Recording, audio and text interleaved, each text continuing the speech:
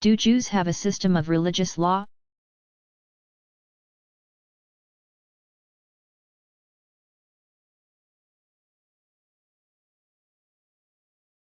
Jewish religious law is among the most highly developed and extensive systems ever devised.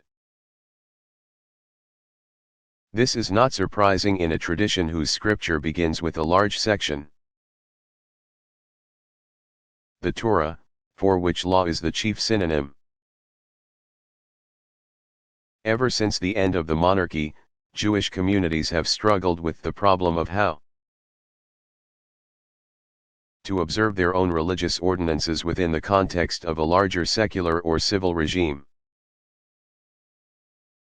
In some circumstances, the civil authorities allowed Jews considerable autonomy in administering their religious law,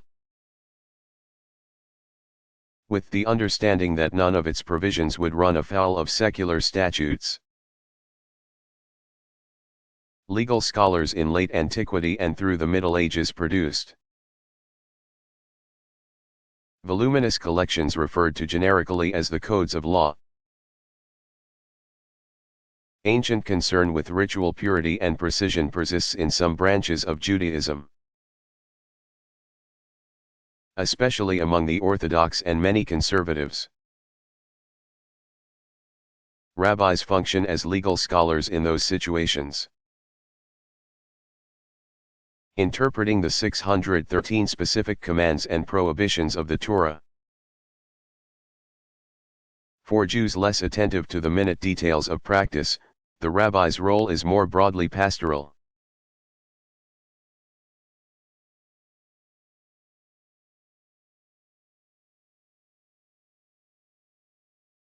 Who are some of the chief deist deities?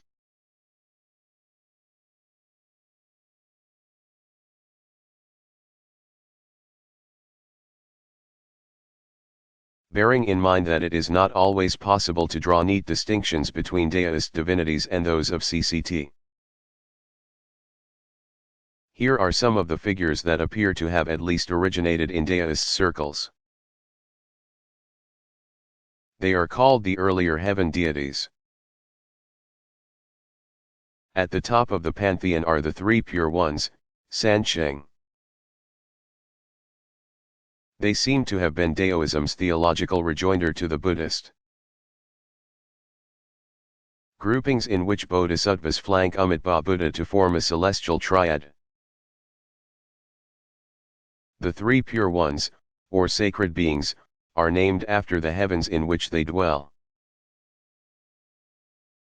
The heavens of the jade, higher, and great purity, respectively. This triad evidently developed out of a trio of deified human beings of history or legend. Lao Zi, known as Tian Shang Lao Jun, Lord of the Daoist teaching, was the first so elevated. Later a deity called Heavenly Venerable of the original beginning,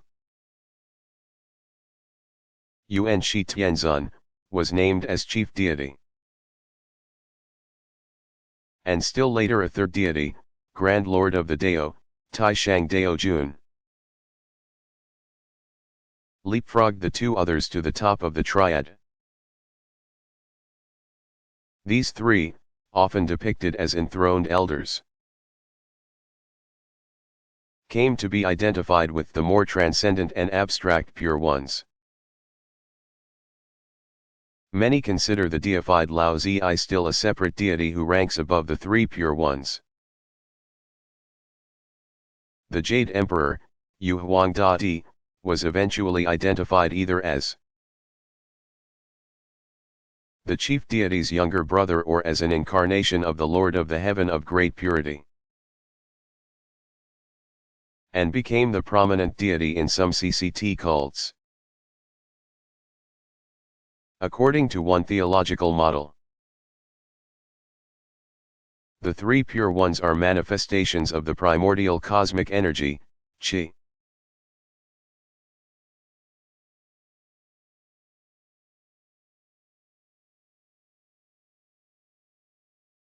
What is the meaning of the hand symbol?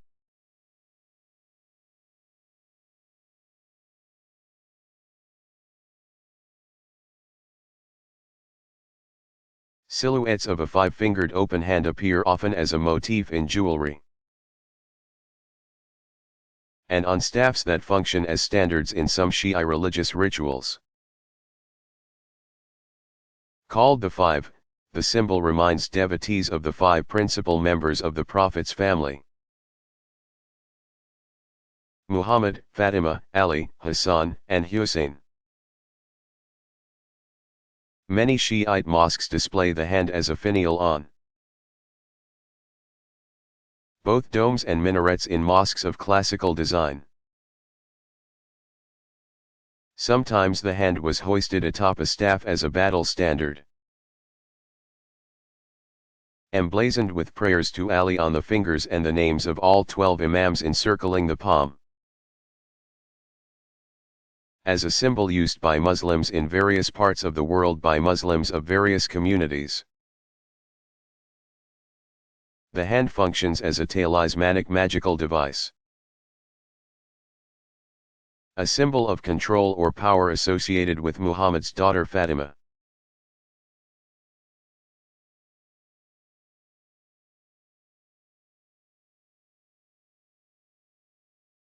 What kind of religious calendar do Hindus observe?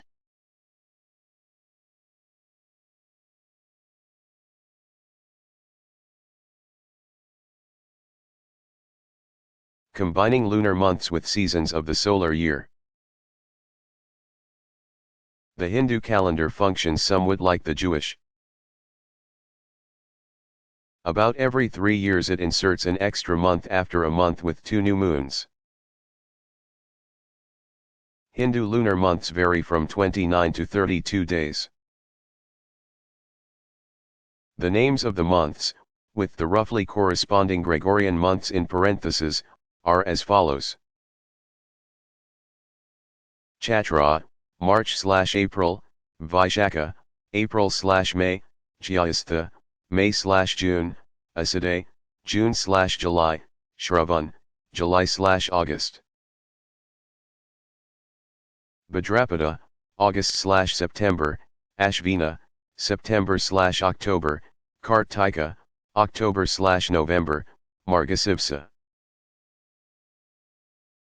November/December, Pansa, December/January, Magha, January/February, and Falguna, February/March. Leap months take the name of the month preceding them. For ritual purposes, each month is divided into its dark and light halves, with associated celebrations. And the moment of full moon is a special time of celebration each month. And some festivals and observances fall each year on the same solar date. Each year is likened to a day in the life of the deities, with the solar solstices symbolizing sunrise and sundown. In addition to the complexity introduced by the blending of solar and lunar reckonings, systems vary still further from region to region in India. Historically, the greater Hindu religious calendar has been so full that virtually every day some Hindu community has celebrated something special somewhere in the subcontinent. Hinduism is not unlike Roman Catholic and Eastern Orthodox traditions in that respect, except that the majority of the Christian religious feasts are those of saints, rather than of the deity as such. All of this makes for an immensely rich sense of the intersection of sacred times and places. Every day is appropriate for religious observance, and no one day of the week is set aside as an especially sacred time.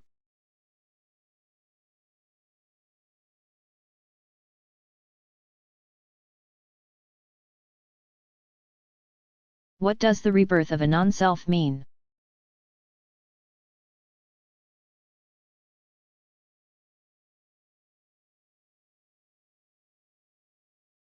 Buddhist tradition has devised various intricate ways of explaining this problem. One widely used image is that of a seal ring. Take a pad of warm wax and press the seal ring into it and you get a very clear impression. One that firms up as the wax cools. You've transferred something without actually leaving anything but an impression. The seal ring is something like what remains when a human being dies, still enslaved to inappropriate craving and desires. It represents the whole complex of psychic energies that make up a human personality. Energies so potent that most people are perfectly convinced of their individuality and separate personhood. In the cycle of death and rebirth, what transfers from one existence across the chasm of death into the wax of a new embodiment is precisely that incredibly powerful ego impulse. As the Buddha saw it, no one can be finally free so long as he or she clings to the notions of I, me, mine.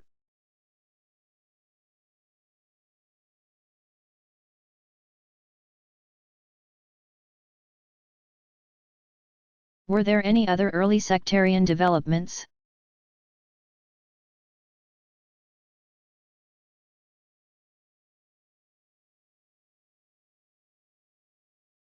Several other sects made their views known early on. When Ali was doing battle with the Umayyads to claim his rights to the caliphate, a number of his troops seceded on the grounds that Ali was too lax in his appeal to religious principles in the conduct of battle. They judged Ali a serious sinner who was no longer worthy of the name Muslim. That group became known as the Kharijites, or Khawarij, those who secede. And a small remnant of their several factions live today largely in Oman on the Persian Gulf. Several other groups also expressed their opinions as to how far one might go in judging another person's suitability for true membership in the Muslim community. One of the more influential believed that only God could judge a person's soul, and that it was therefore best to postpone judgment on the matter. They were known as the Murji'ites or postponers.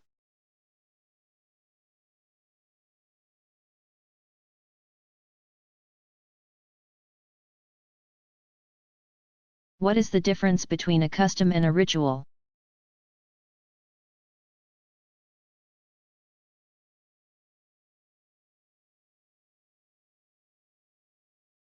Custom includes a whole range of activities that people in a particular time and cultural setting become so used to doing that they rarely examine their reasons for acting that way. Custom is the way we've always done things. It includes everything from social expectations and etiquette to the specific kinds of food people serve for special occasions. Common law is a type of customary social norm. Its practices have been in use so long that they have assumed legal status and authority. Custom operates at various levels, from that of a society at large to that of the local community and family.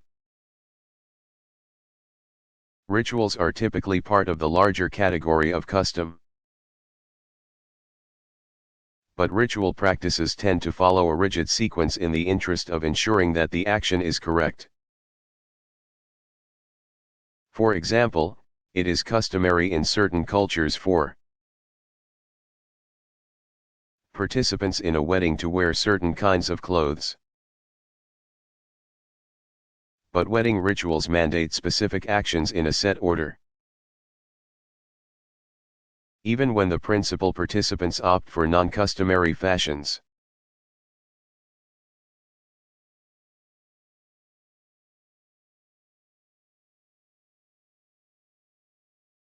Are salvation or redemption important concepts in Confucianism?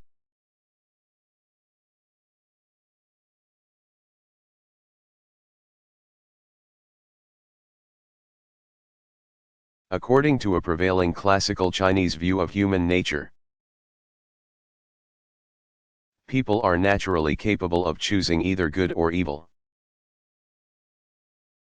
A central concept in Confucian teaching is that each human being has the innate capacity for moral improvement.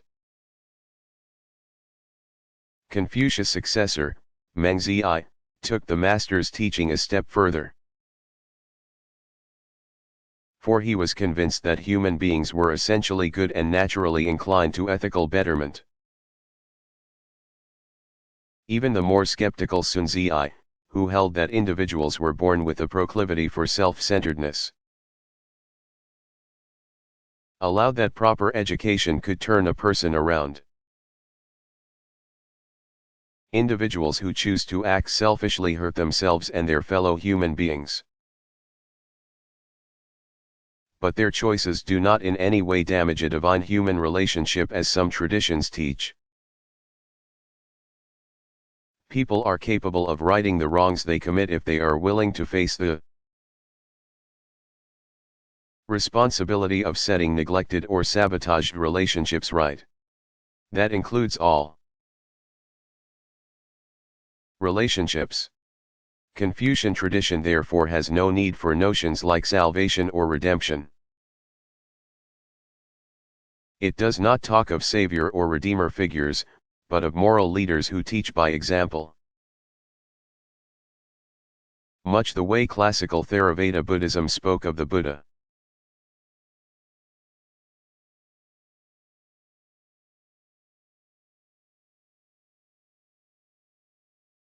What is a minion?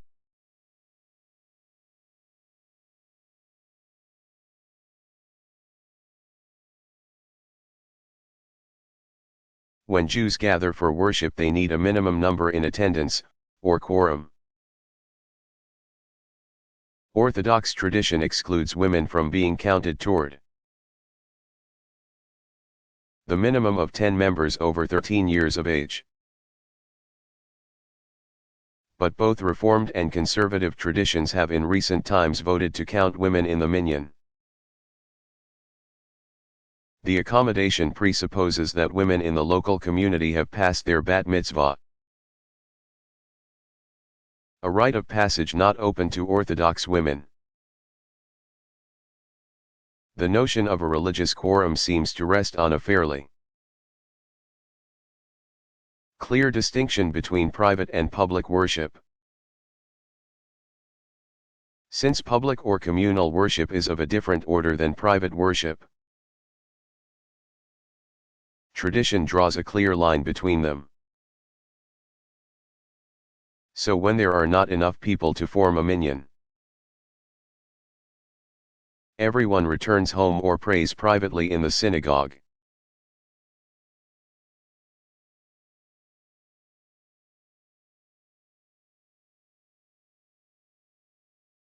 What's the difference between prophetic and apocalyptic literature?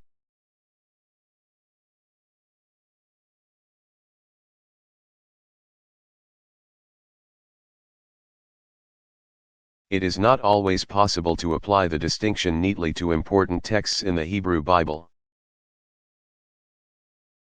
But it is useful to keep the following important differences in mind.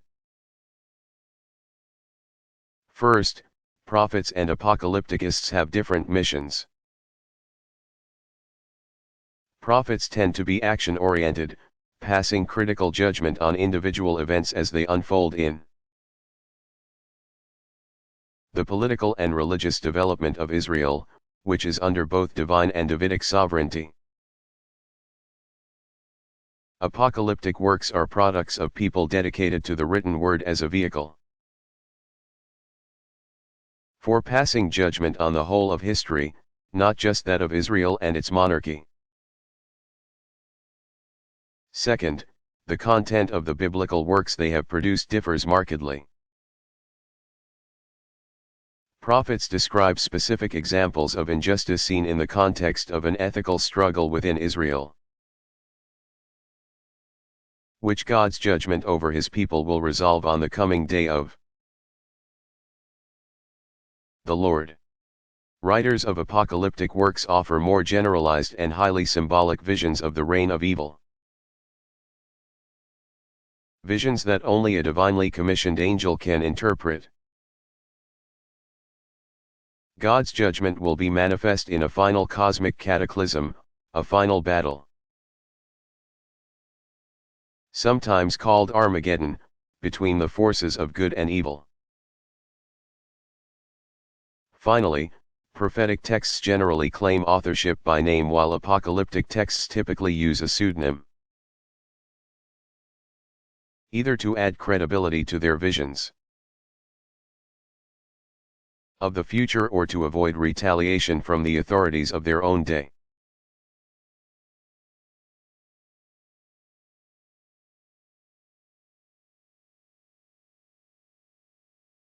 Who are some of the main Islamic prophets?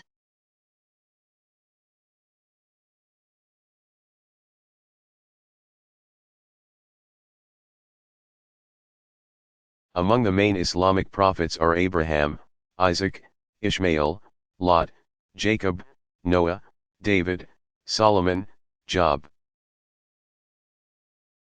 Joseph, Moses, Aaron, Elijah, Elisha, Jonah, Hud, Shu'ab, Saleh, Zachariah, John, the Baptizer, and Jesus.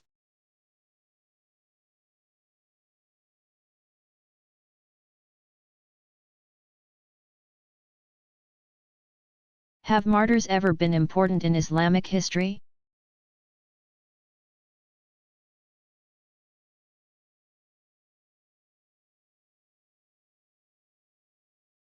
The Arabic word shahid, pronounced shahid, means one who testifies or witnesses,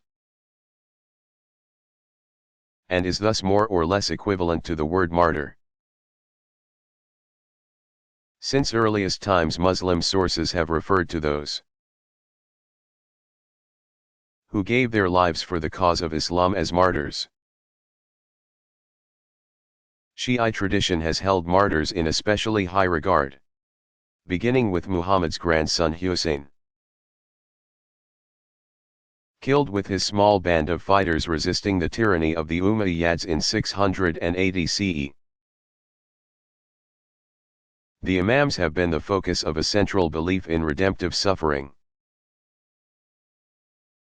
In this case, the blood of the martyr not only assures the martyr's place in heaven but becomes a source of grace for all believers. When the Ayatollah Khomeini returned to Iran from his exile in France in 1979, he made his first major address in a cemetery called the Paradise of Martyrs, associating the revolutionary struggle of 20th-century Shiite Iranians with that of the proto-martyr Hussein. Placing such value on martyrdom does not imply that Shiites or other Muslims are eager to die. It means that some Muslims, like believers in several other traditions, value their faith and are willing to give their lives for it.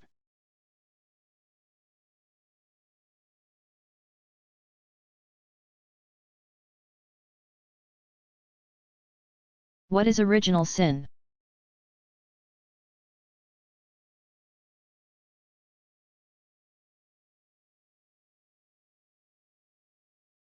According to mainstream Christian tradition, the story Adam and Eve is critical to an understanding of the relationship between human beings and their Creator.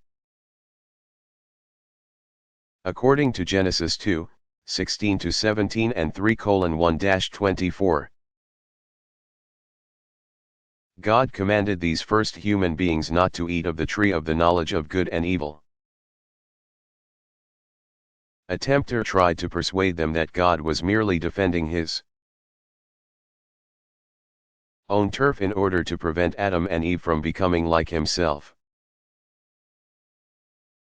Once the primordial couple succumbed to the lure of such dangerous knowledge, they became aware of their potential for disobedience and lost their pristine innocence. Christian theologians have interpreted this critical moment in human history, known as the Fall, in various ways. From the time of the early Church Fathers on through the Middle Ages,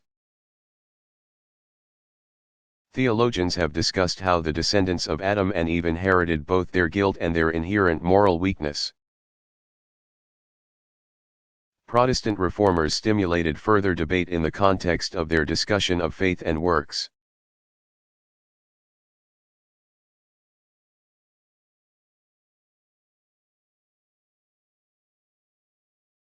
What symbols represent the dragon and the phoenix?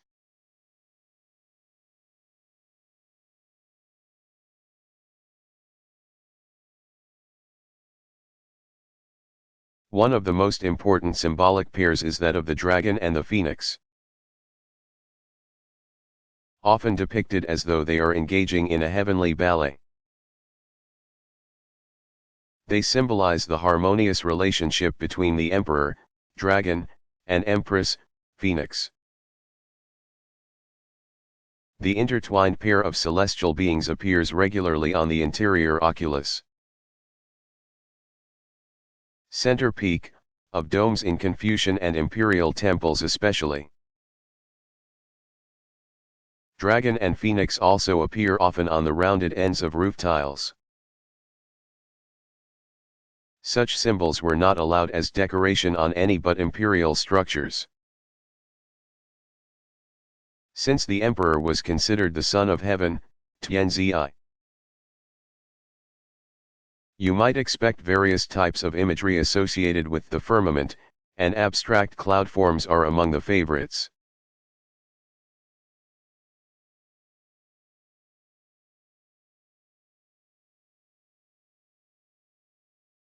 Do Buddhists believe in an afterlife?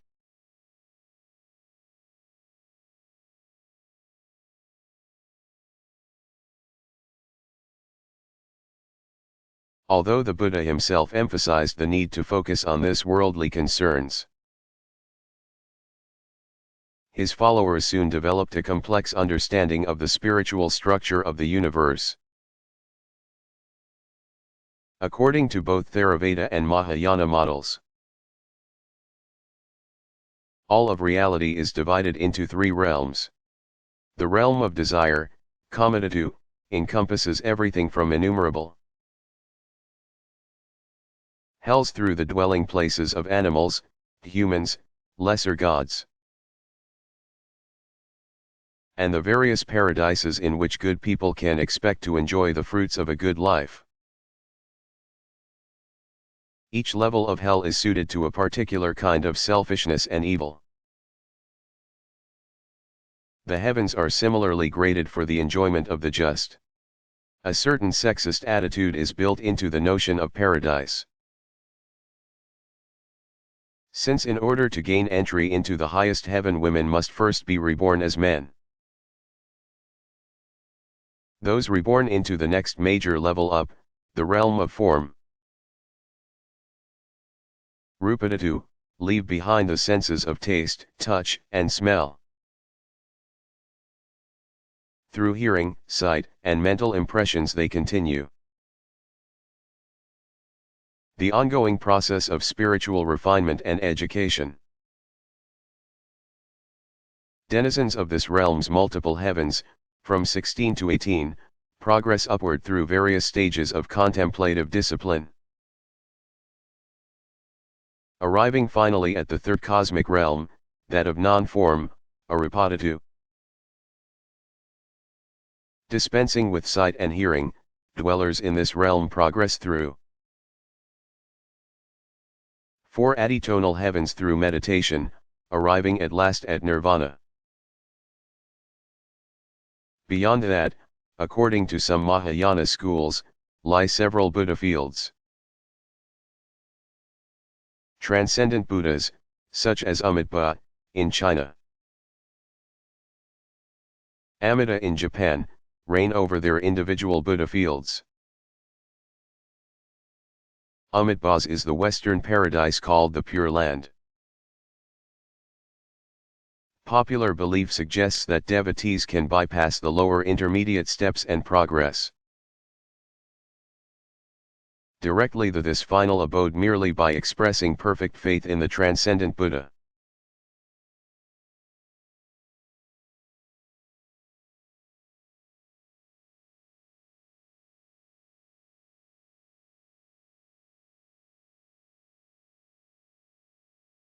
Did Confucian tradition spread beyond China?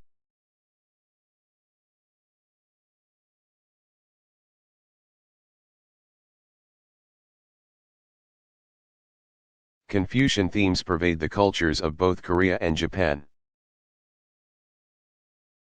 Temples dedicated to Confucius have never been nearly as numerous in either country as Buddhist temples or Shinto shrines.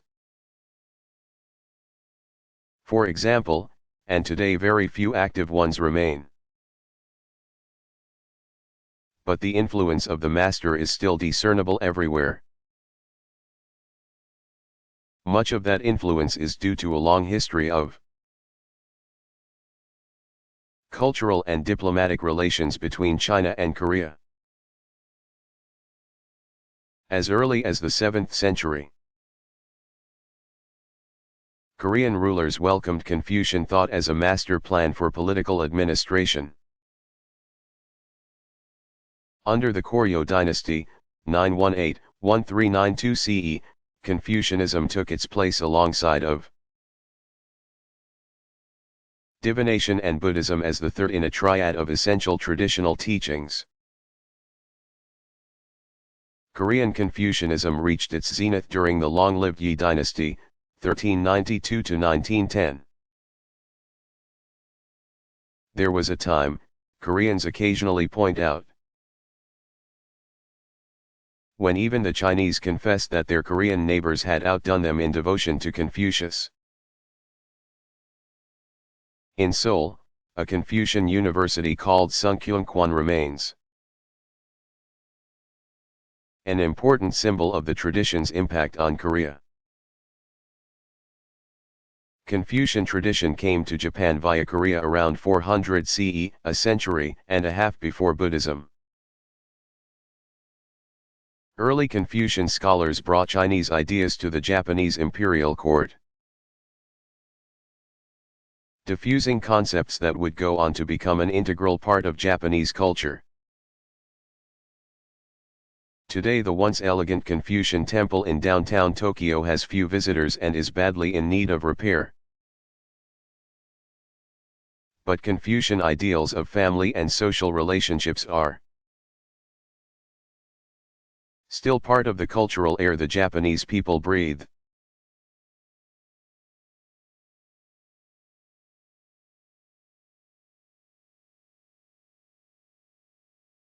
Where do Jews live today? Any estimates of numbers available?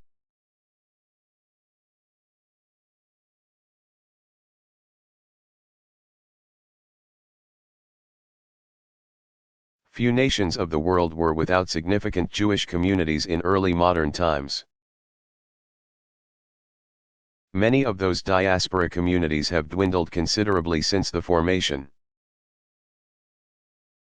of the State of Israel and the open invitation to Jews to return to the homeland. Several million Jews now live in Israel. But by far the single largest concentration of local Jewish communities is in the United States.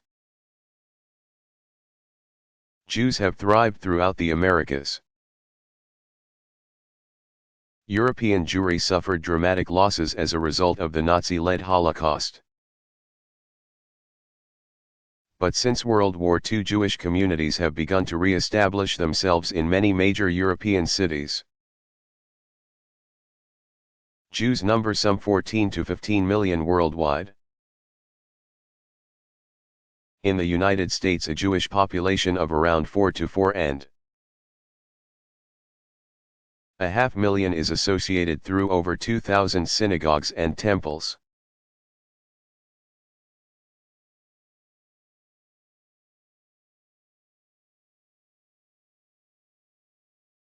Is there an Islamic fundamentalism?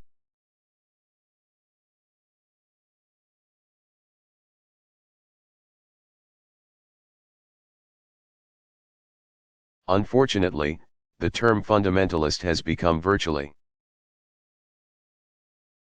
synonymous with Muslim in contemporary American usage. This is unfortunate because, when applied to Muslims, fundamentalist has been simultaneously linked to terrorism. It is fair to say that most devout Muslims interpret their scriptures conservatively and quite literally, as do the vast majority of devout adherents to many traditions. Islamic fundamentalism is not inherently more likely to be expressed in extreme behavior than any other brand of fundamentalism. One can of course point to examples of such behavior in virtually every tradition, including the assassination of abortion providers by American Christians and the burning of Christian villagers by angry Hindu mobs in India. Extreme and violent behavior that claims religious justification invariably has a great deal to do with predominant political and social climates in particular places and times. Non-Muslims often apply the epithet fundamentalist indiscriminately to widely diverse situations. For example, so-called militant fundamentalists in Algeria attempt to justify their activism on very different grounds than do, say, Shiite factions in southern Lebanon. The Palestinian organization called Hamas, and the revolutionary government of Iran. In other words, while the term fundamentalism has value in describing some religious phenomena, it has become so imprecise as to be virtually useless as a way of describing Muslims.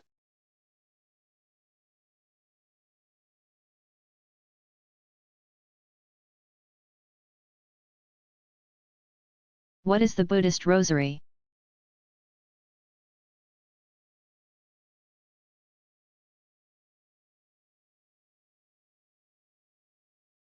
Buddhists in many places have used a number of variations on the string of beads for devotional purposes. In ancient India, Buddhists used a string of 108 beads, very similar to the ancient Hindu rosary, as a symbol of the Bodhisattva Avalokiteshvara. This compassionate being, whose name means, roughly, Lord looking down on the world, took on 108 human characteristics in his saving descent to assume the human condition, using the beads while doing so. Chinese and Japanese images of the Buddha, as well as of various patriarchs and monastic founders, sometimes show them holding rosaries for ritual purposes. The rosary has been particularly important in the more esoteric sects of Tibet and Japan. Tibetan rosaries have 3 larger beads at the end as symbols of the 3 jewels. Devotees in those sects use the beads to count repetitions of their mantras. In some more popular sects, devotees count repetitions of names of the Buddha or phrases like "Glory to Amida Buddha."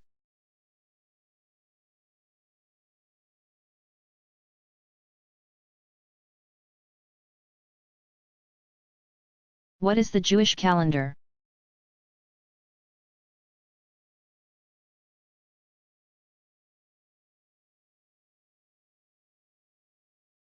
The Jewish calendar is lunisolar, that is, it is regulated by the positions of both the moon and the sun. There are 12 alternating lunar months of 29 and 30 days each. The year totals 353, 354, or 355 days. Leap years are introduced to conform to the solar year of 365.25 days. Leap years contain an extra 30-day period called first Adar. Leap years contain either 383, 384, or 385 days and occur 7 times in every 19-year period. This is called the metonic cycle. Thus, the number of days in a given year is not fixed and may vary from 353 to 385 days. And the first day of the month can fall on any day of the week and will vary from year to year.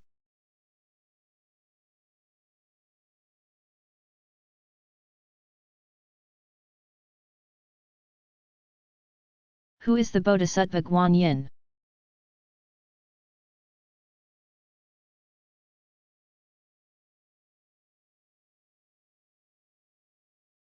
Next to the various Buddhas, Guanyin is certainly one of the most important and popular sacred figures in Buddhist tradition. This bodhisattva began life, mythically speaking, as a male guardian figure named Avalokiteshvara, the Lord who looks down. Known in China as Guanyin and in Japan as Kannon, he was originally one of Vairocana's. The central figure among the 5 transcendent Buddhas, attendants. Presiding over the cosmic Northwest, Avalokiteshvara came to be particularly associated with compassion when paired with the Bodhisattva Manjushri, who represented wisdom. Boundless in his care for all, the compassionate one has appeared with multiple heads and arms, one of the few bodhisattvas to be commonly so depicted. As Mahayana communities grew in China, Guanyin's perfect compassion gradually transformed him into a female bodhisattva. With 1,000 arms and 11 heads, Guanyin often has a decidedly feminine countenance. But she appears more often as a kindly woman smiling gently and inclined slightly toward her devotees.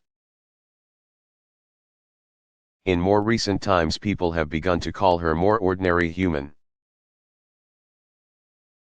Manifestation, the goddess of mercy, a convenient but misleading epithet that resulted from Buddhism's interaction with Chinese popular religious lore. In Japan, the 1,000-armed, 11-headed Kannon often appears in multiple images within the same temple. Sometimes even as a life-sized sculpture. Popular lore claims that each Kannon has a different face to symbolize this bodhisattva's undivided attention to every single person on earth.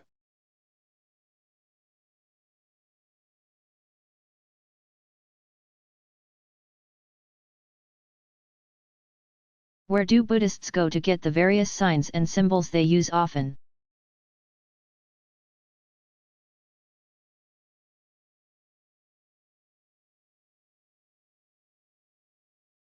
Wherever Buddhism has been an important part of a culture, Buddhists can easily find stores that specialize in religious goods and devotional objects. Walk down any number of streets in cities like Kyoto, Japan, or Keelung, Taiwan, for example, and you may find yourself passing such a shop. Japanese Buddhist goods stores tend to carry exclusively Buddhist items. Most prominently on display are images of the Buddha, usually of Amida, and of various bodhisattvas. To install the images at home or the office, one can buy altars and shrines built like miniature temples. with several shelves inside and doors that can be closed. In Taiwan, where Buddhism so often blends together with Taoist and popular folk traditions. Items of interest to Buddhist devotees frequently appear, interspersed with images of the Eight Immortals and other Chinese religious figures. Religious goods stores offer devotional items in several sizes and price ranges. Small pieces suitable for homes of modest income or full-size images designed for temples with sizable congregations.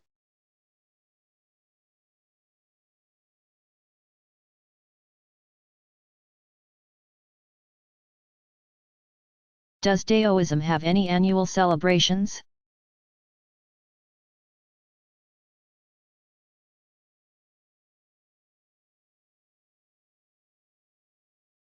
For virtually every temple community,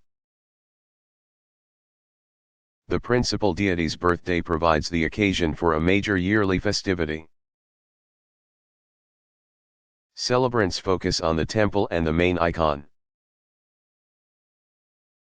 sprucing up the building and decking out the deity in new finery. In addition, there are dozens of other special days. The New Year emphasizes fresh start, with Lao Zi's feast on the first day and special prayers to the Jade Pure One on the 8th and the Jade Emperor on the 9th day of the first month. The latter is a lengthy festivity that culminates on the 15th with the Lantern Festival. Clear and bright falls on the first day of the third month. In mainland China this is not lunar but occurs always on April 5. Its main thrust is to remember the dead, maintain burial places, and offer ritual meals at the graves. Dragon boat races on the 5th day of the 5th month commemorate the drowning of a poet of old. More important, however, is the association of that month with the need to ward off spirits of disease at a time when, with the summer solstice approaching, yin energy begins to replace yang as the dominant energy. CCT devotees celebrate Guan Yin's ascension to heaven on the 19th of the 6th month,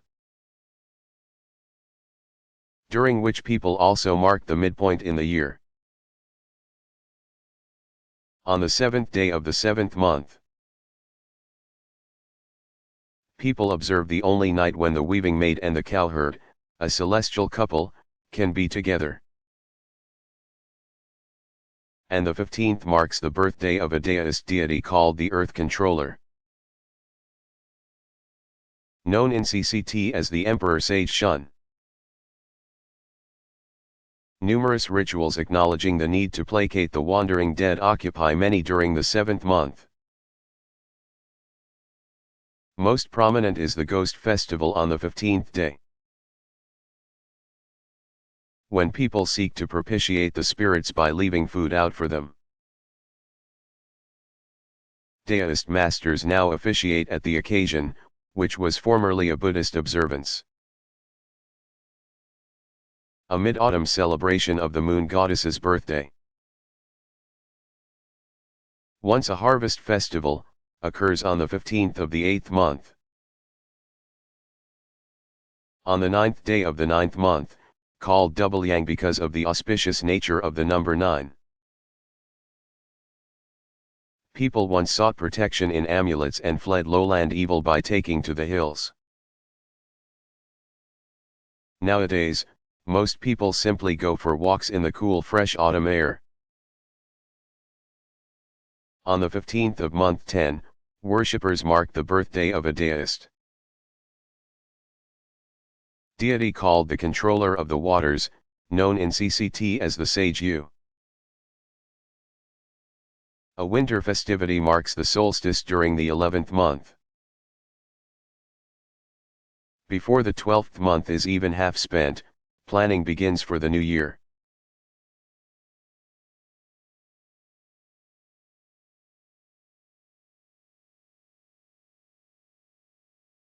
Are there any Daoist holy places?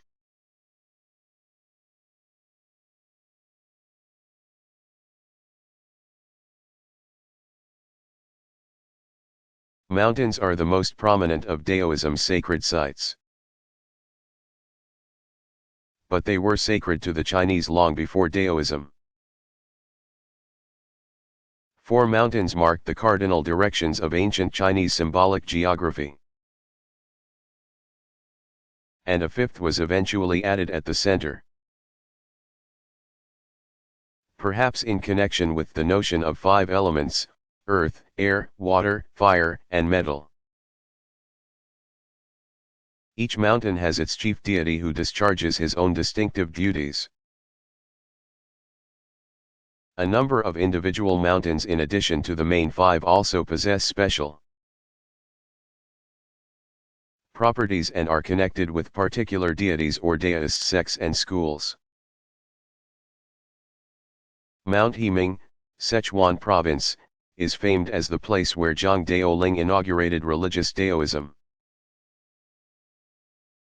Daoists share Mount Zhongnan, Shenzi Province, with Buddhists as a sacred site.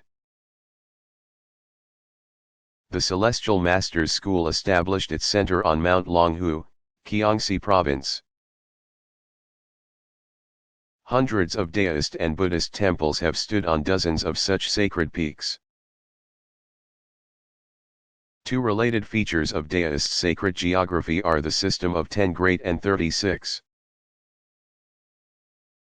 lesser grotto heavens and 7 Taituo blessed spots, some of which are located on famed mountains. These sites, mostly caves, are so designated because they are foci of sacred energy. They are often associated with religious figures believed to have found meditative solitude there and are likened to heavenly dwellings.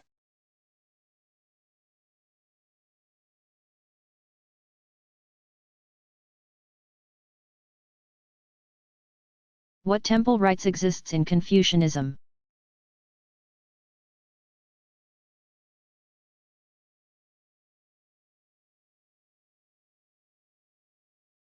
Confucian temples function principally as memorial halls. They are dedicated to the veneration and appreciation of the great sages, teachers and scholars of the tradition. Honoring the spirit and teaching of the great ones is not quite the same as praying to them in the way that some people pray to deities or to saints believed to have the power of intercession. Honoring the great Confucian figures generally lacks the kind of spontaneity one finds in the much busier Daoist and CCT temples. Confucian rituals tend to be more reserved and orderly and associated with specific occasions. Popular devotion, on the other hand, occurs virtually around the clock, 7 days a week.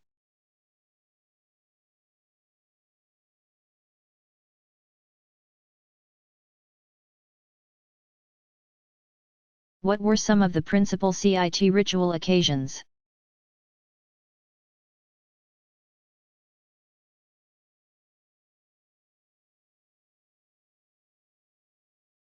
Ritual responsibilities of the emperor and his official delegates included ceremonies at various major state sacred sites. The altar of the spirits of land and grain, the imperial ancestral temple. The temples of heaven and earth, of sun and moon, and within the audience halls of the Forbidden City. At the altar of the spirits of land and grain, Shiji 10, the emperor performed sacrifices in spring for fertile fields and in the fall for plentiful harvest. At the imperial ancestral temple, Taimiao, he led ceremonies associated with the anniversaries of his own ancestors back through the history of the dynasty. There, the ancestors were said to grant audiences with their royal public much as the emperor himself did from his own audience halls. At the Temple of Heaven, the imperial officials offered harvest prayers on New Year's Day, rain prayers at the onset of summer, and announced royal events, such as the designation of the heir to the throne. Within the Forbidden City, various important rituals occurred at the New Year.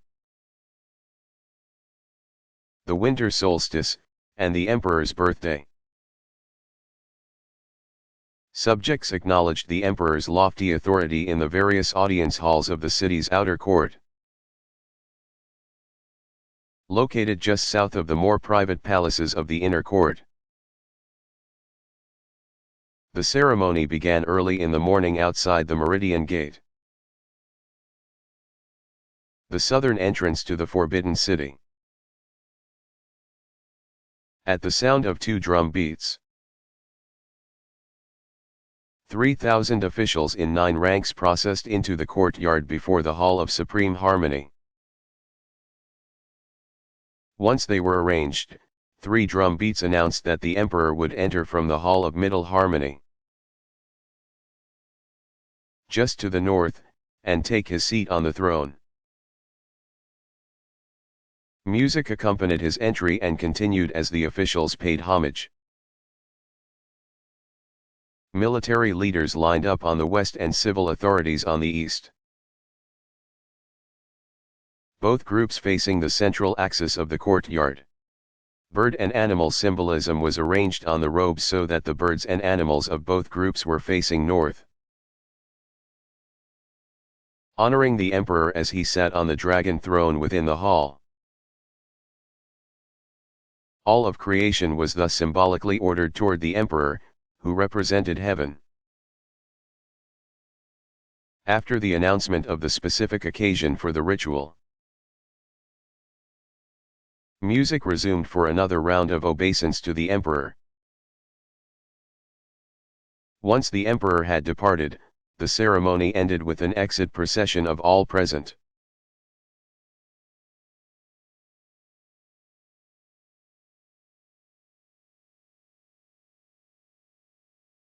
Are doctrine and dogma important to Buddhists?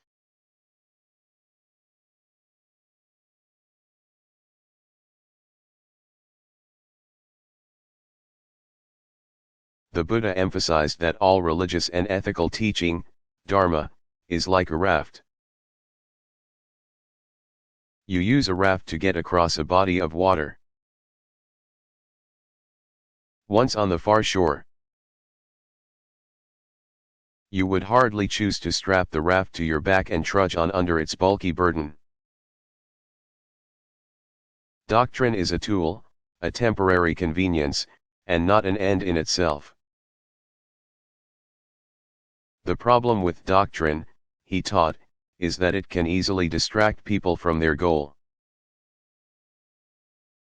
Those who ask too many questions in search of doctrinal clarity and certainty are like a person who has been shot with an arrow. Friends approach to remove the arrow, but the wounded person waves them off. Not until he knows who shot the arrow and what he looked like, of what kind of wood it was made, and what kind of bird provided the feathers, will he submit to having the arrow removed. Such speculation is simply a waste of time. Pay attention to the matter at hand, Buddha counseled. Not long after the teacher's death, followers of his Dharma nevertheless developed many elaborate doctrinal frameworks with which to interpret the Buddha's teaching.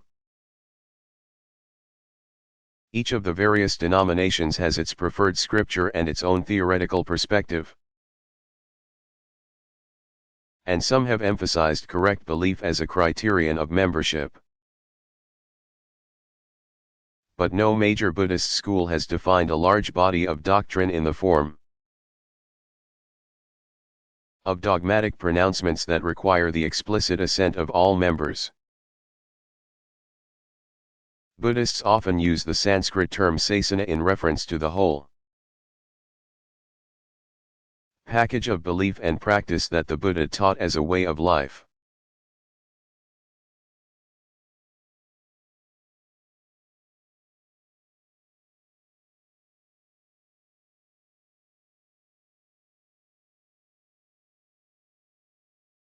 What do the terms salvation and redemption mean for Christians?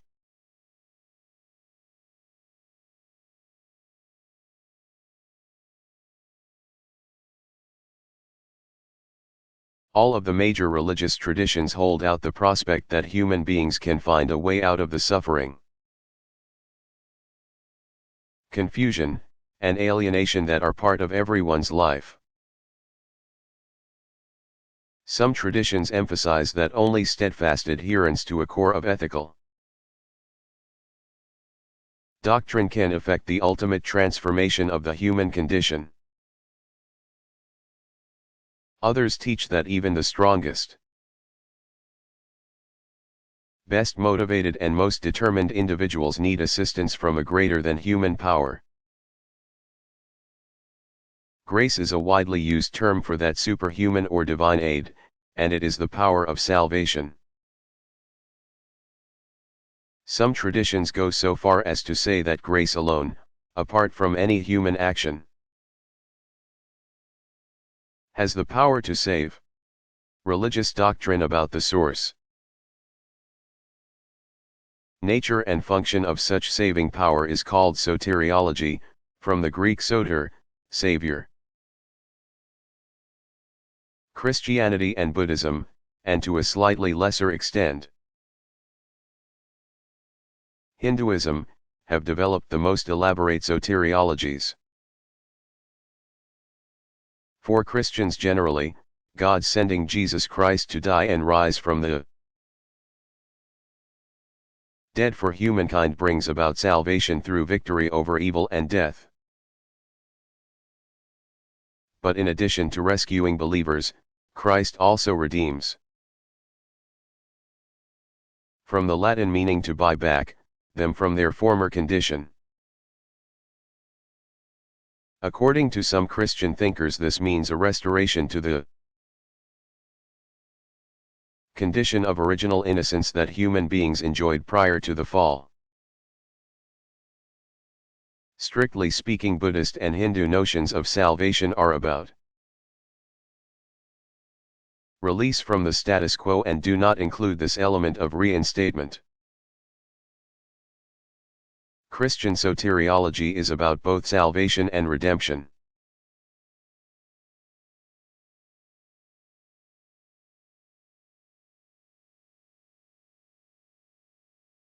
Do Shinto practitioners mark sacred spaces with any distinctive signs and symbols?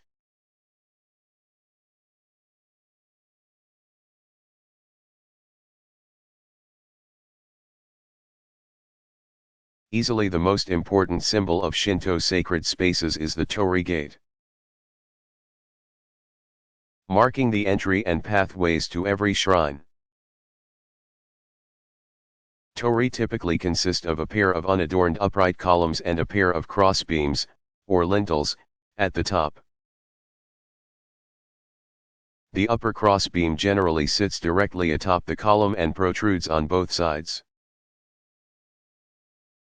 while the lower beam either ends at the columns or goes through and protrudes.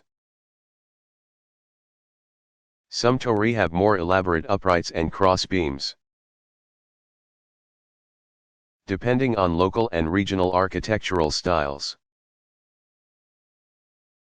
devotees give torii as votive offerings to some shrines, lining pathways with hundreds of them inches apart, so that the entry to the shrine feels almost like a covered walkway. According to legend, the torii recalls the perch from which birds sang to entice the sun goddess from her cave. Most Shinto shrines use the simplest and most natural materials available, imitating nature as much as possible. Natural wood grains and the lovely green forest patina that eventually Accents thatch or wood shingled roofs gives them a rustic character and charm. Many shrine roofs still display remnants of primitive architectural elements as a reminder of antiquity. Although newer building methods no longer require them. Many shrines retain a row of logs called katsuoji set along the ridge beam of the roof. Older structures needed the katsuoji to hold the thatch roof down. Another bit of architectural nostalgia are the vertical extensions of the eave beams above the roof line. As you view a shrine from either front or rear, you notice that the roof line forms an X. Horizontally trimmed upper ends of these beams, known as chiji, mark the shrines of female kami, and vertically trimmed ends those of male kami. Several rather mysterious symbols adorn holy places, whether or not the site has a structure on it. Thick straw ropes called shiminowa mark sacred places such as trees and rocks. Outer portals of shrines, whether actual buildings or miniature models used on home altars, also suspend shiminowa across their facades. Attached to the rope are pieces of white paper cut in zigzag fashion symbolizing offerings to the kami. The same bits of paper are attached to a ritual wand called the goe. Legend has it that the rope originated as a way of restraining the sun goddess from escaping back into her cave.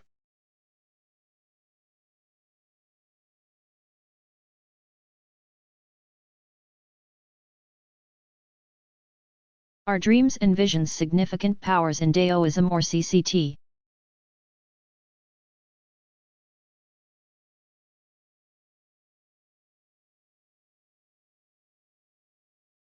An ability to interpret the dreams of ordinary people has long been part of the ritual menu of Chinese religious specialists, beginning with the shamans of old. In ancient times, specialists called Zhanren interpreted dreams using divination and astrology as their tools. Powerful and famous people, too, report having revelatory dreams that move them toward a new course of action. Dream accounts therefore frequently function as an instrument of divine or spiritual legitimation. There is often a very fine line between dream and vision. Except that one can experience a vision while awake. Religiously important visions or dreams frequently feature major deities, such as Lao Zi or the Jade Emperor, who deliver instructions or revelations to the dreamer or visionary. In addition, visualization techniques figure prominently in the meditative practice of some Daoist schools.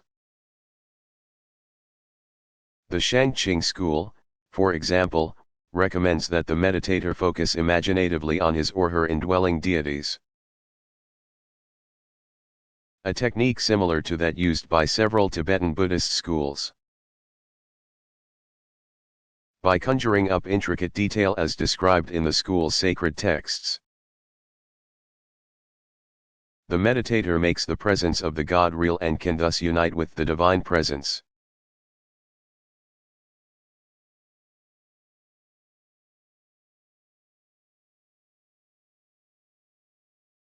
Who are the main Hindu religious officials or specialists?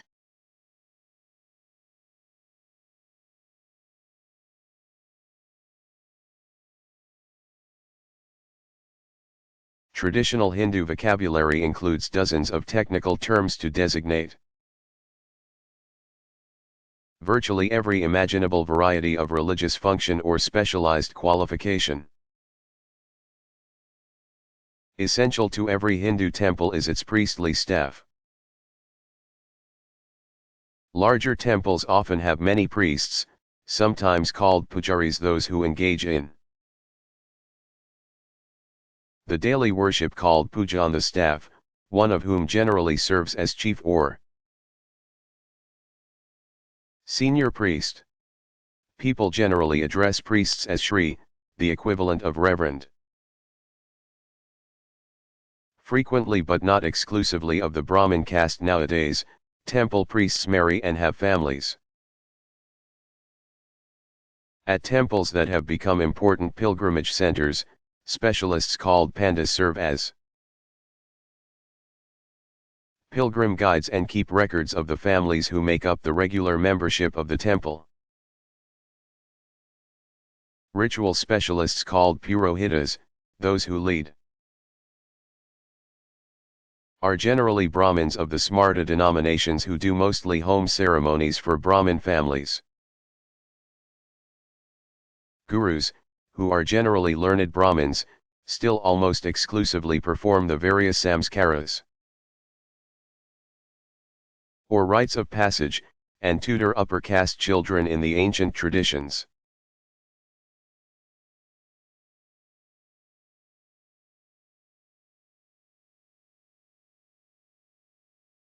Are dance and drama equally important?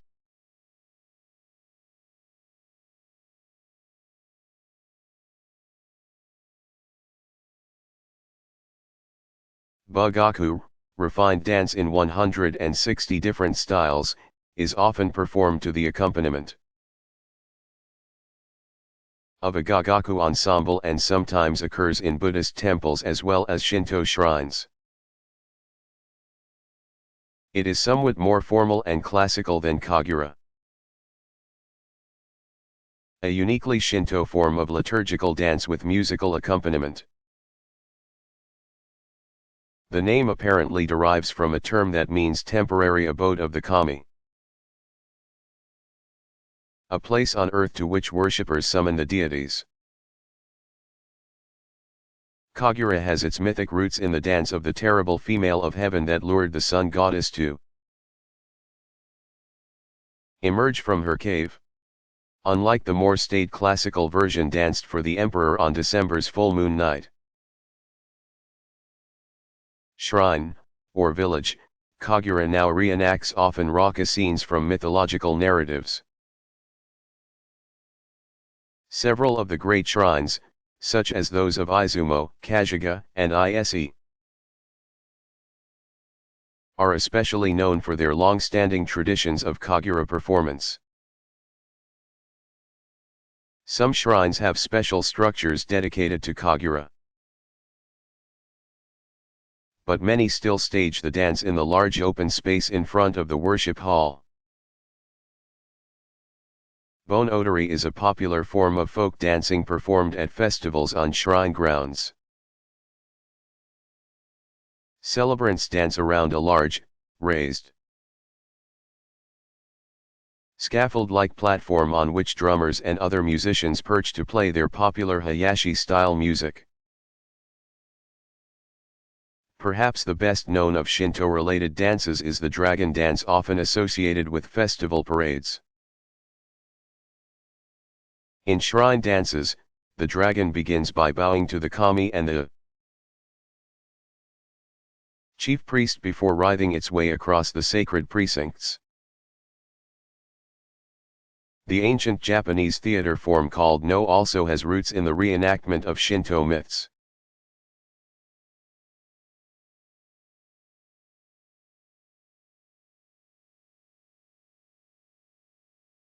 Who was Confucius and what do we know about his life?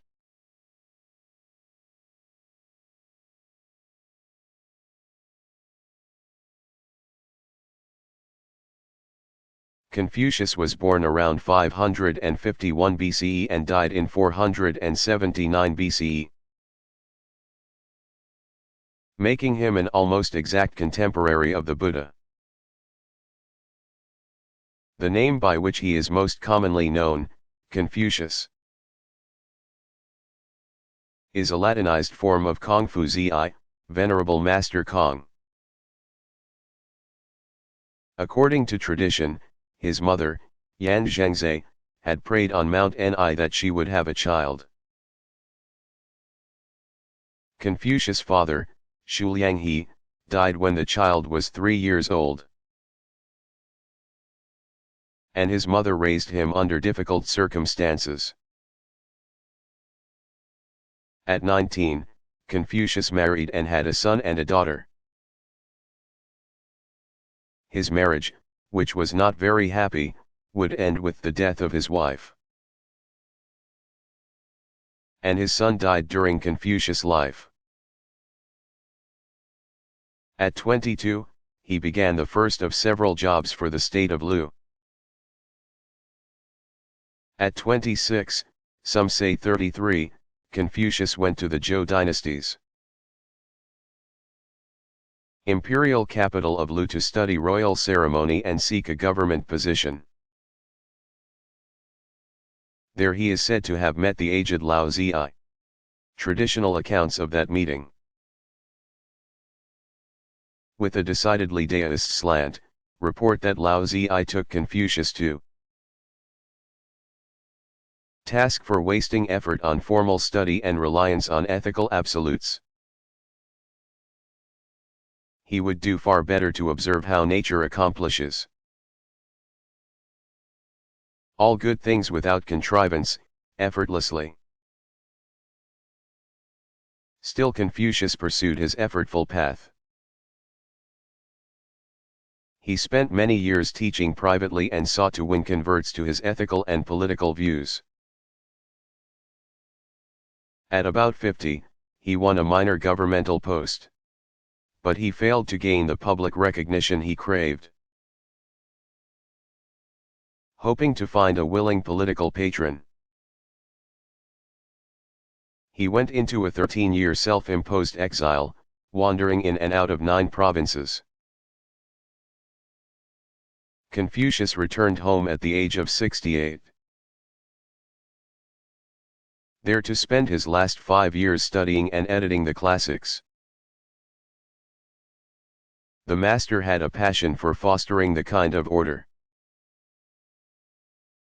in society that he felt sure could offer genuine happiness. He sought to articulate a view of the individual who could contribute to society through self-mastery and personal responsibility.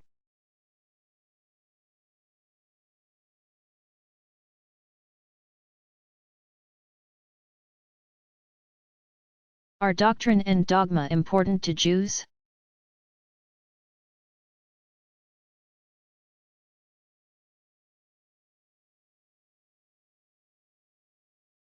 Jewish tradition is generally more concerned with orthopraxy,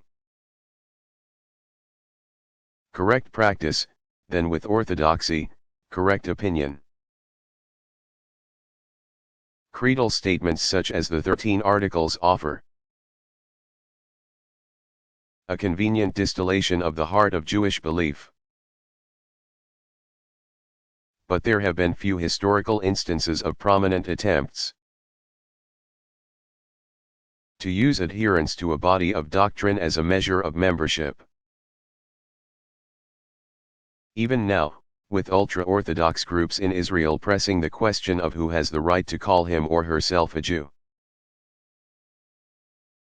the issue turns more on behavior than on belief.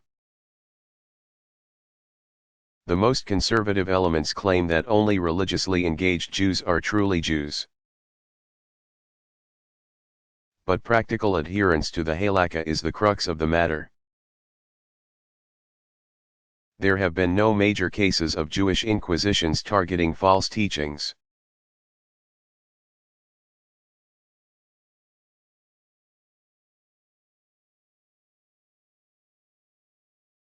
What are some of the other religious days Hindus observe?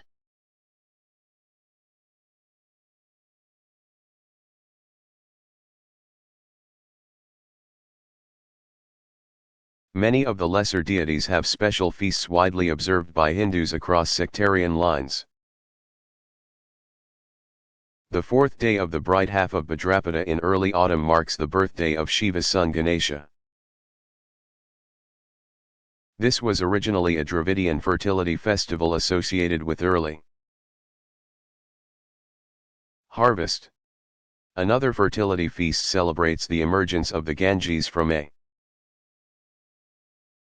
sage's ear, one of a number of metaphors for the sacred origins of the river. Observed in early summer. The day marks a time during which devotees can cleanse themselves of 10 specific evils. Some also celebrate a late summer festival called tying the lucky threads. The day recalls how the wife of Vedic storm deity Indra saved her husband from a demon by slipping a magic string on his wrist. Sisters do the same for their brothers. And some celebrants use the occasion as a renewal of their investiture with the sacred thread of initiation.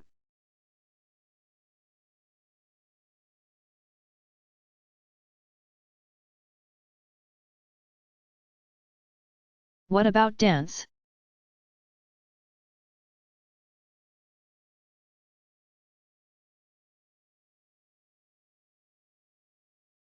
Liturgical dance is just as important as music. During the festival of cosmic renewal, for example, the principal ritual specialist performs a dance of shamanic origin called the Steps of You. The dancer traces the outline of the Big Dipper to commune with the god of the pole star. He ascends symbolically into the heavens to visit the three pure ones. Some dances engage the assembled community of worshippers, as when all gathered celebrate the new light by circumambulating the altar. Another dance functions as an offertory procession in which worshippers bring offerings to the ritual leaders who in turn present them to the gods.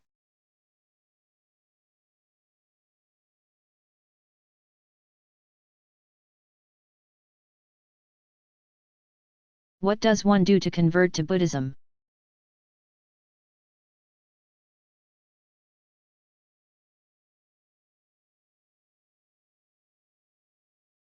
Since Buddhist tradition generally does not emphasize doctrine, becoming a Buddhist ordinarily does not involve lengthy periods of education or examination on the teachings. Various Buddhist organizations do, however, produce catechism-like texts designed for beginners interested in joining the faith. There is no universally practiced ritual for welcoming converts. Perhaps the single most important ritual element in the process of becoming a Buddhist is the taking of the 3 refuges. Many who decide to become Buddhists seek the tutelage of a spiritual guide, especially in the various Zen and Tibetan organizations.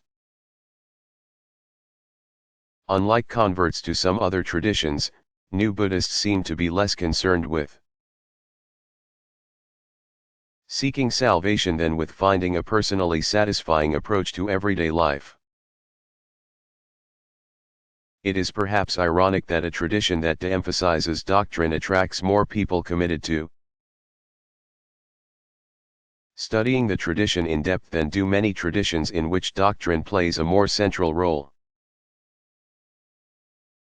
Above all, Buddhists almost universally agree that nothing in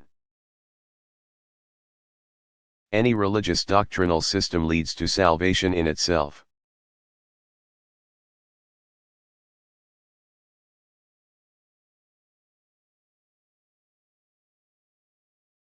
Where do Buddhists live today? Are any estimates of numbers available?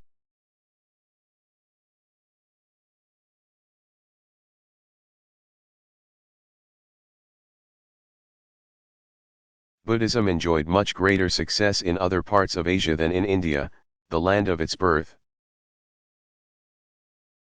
Estimates of the global population of Buddhists varies from about a third to half a billion. Political circumstances make statistics particularly hard to get for China and Tibet. But it is clear that Buddhists have suffered terribly in both areas during the past half-century. Meanwhile, the tradition has been enjoying modest revival elsewhere in Asia, and has become increasingly popular in Europe and North America as a result of both immigration and conversion. Nations with the highest percentage of Buddhists among the general population are Thailand, 94%, Cambodia, 90%, Myanmar, formerly Burma, 88%, Japan, 78%, and Korea, 45%. Many millions of Buddhists once lived in China, but their number dwindled dramatically with the advent of the communist system. Buddhism has been making a comeback in China in recent years, and there are now an estimated 13,000 temples and 200,000 monks and nuns. Tibet's population was, until recently at least, almost entirely Buddhist. Between 600,000 and 1 million Buddhists, representing all major denominations, live in the United States.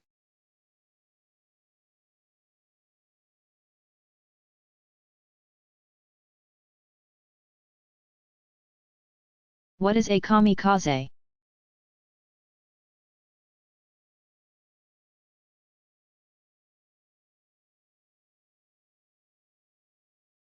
Divine storm blast roughly translates the term kamikaze that so. Many World War II films brought into relatively common English usage. Japanese began to use the term during the Middle Ages in reference to how the gods fended off the Mongol invaders led by Kublai Khan in 1280, a descendant of Genghis Khan. During World War II, the Japanese Air Force resorted to a desperate tactic when the tide began to turn against Japan. Pilots willing to commit suicide for their nation's honor aimed their explosive-laden dive bombers at enemy warships and went down with them. Ever since then, popular usage has referred to any self-immolating tactic or maneuver born of desperation as a kamikaze mission. However, to identify Shinto narrowly with war or with desperate acts such as those associated with kamikaze pilots is to miss out entirely on an overwhelmingly peaceful and beautiful tradition at whose core is the celebration of life and the sacred riches of creation.